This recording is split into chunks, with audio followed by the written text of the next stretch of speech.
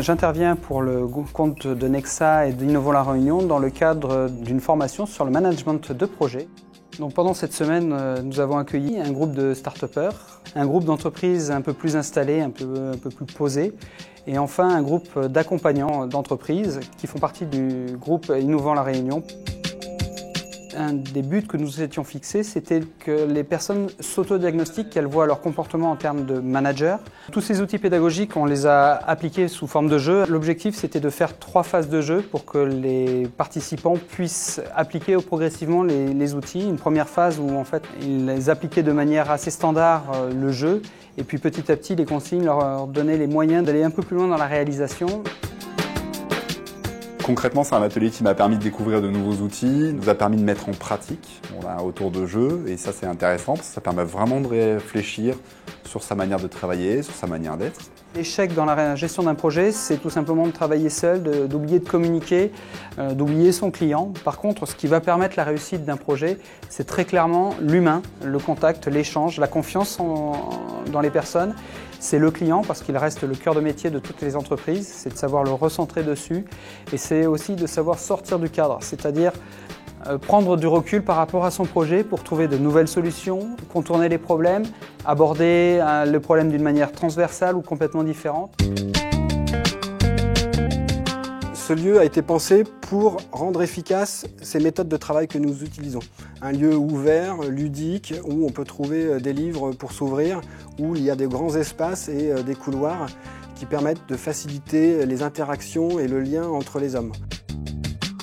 Dans un contexte où on a une arrivée massive d'une population jeune, digitale native, donc née avec le numérique et qui est derrière dans l'instantanéité, tout ce contexte, et c'est l'ambition de la ruche, nous oblige à repenser les organisations, à travailler autrement. Et c'est ce que nous faisons au quotidien ici, au travers de méthodes issues de l'agile, favorisant un management transversal et participatif, avec des méthodes de travail facilitant la créativité.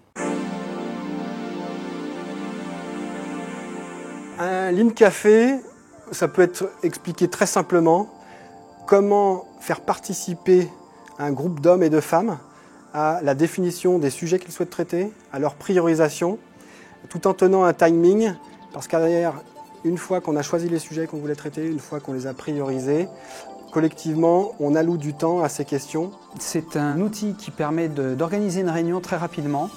Un outil simple, encore une fois, à base de post-it. On donne un thème général, ça peut être des questions, ça peut être un projet qui est en cours, ça peut être un sujet précis. Et ensuite, les participants votent par l'intermédiaire de gommettes, de petits post-it qui complètent, pour savoir quels sont les thèmes qu'ils vont aborder.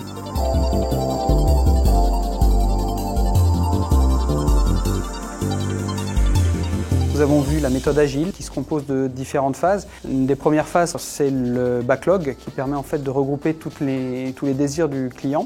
Suivi ensuite du poker planning, c'est un outil simple visuel qui permet à toute l'équipe d'avoir une vision globale du projet et de l'état de son avancement. Tout l'intérêt, c'est de pouvoir communiquer rapidement auprès de tout le monde. Ensuite, on attaque la partie clé, c'est-à-dire le sprint, qui va permettre de faire le développement du projet au fur et à mesure avec de manière quotidienne ce qu'on appelle des daily scrums, c'est-à-dire des petites réunions de 10 minutes debout. On évoque très rapidement juste les points de blocage et les points qui fonctionnent. Et quand il y a un point de blocage, si quelqu'un a la solution, on organise une réunion juste après entre ces deux personnes. Le but, c'est d'éviter de faire perdre du temps sur des discussions sans fin où tout le monde intervient sur des sujets qui ne les concernent pas. C'est comme ça, au travers de la diffusion progressive, de nouvelles pratiques, qu'on arrivera aussi à faire de cette explosion du numérique dans la santé un vrai succès, parce que derrière, le management et les méthodes de travail doivent aussi suivre et s'aligner avec ce contexte. Cet atelier nous a apporté déjà des outils, et puis donc aussi de nous permettre à Laurence et moi de prendre un peu plus de recul sur soi-même et sur ce qu'on a l'habitude de faire chez nous, et afin de vraiment d'optimiser nos nouveaux projets.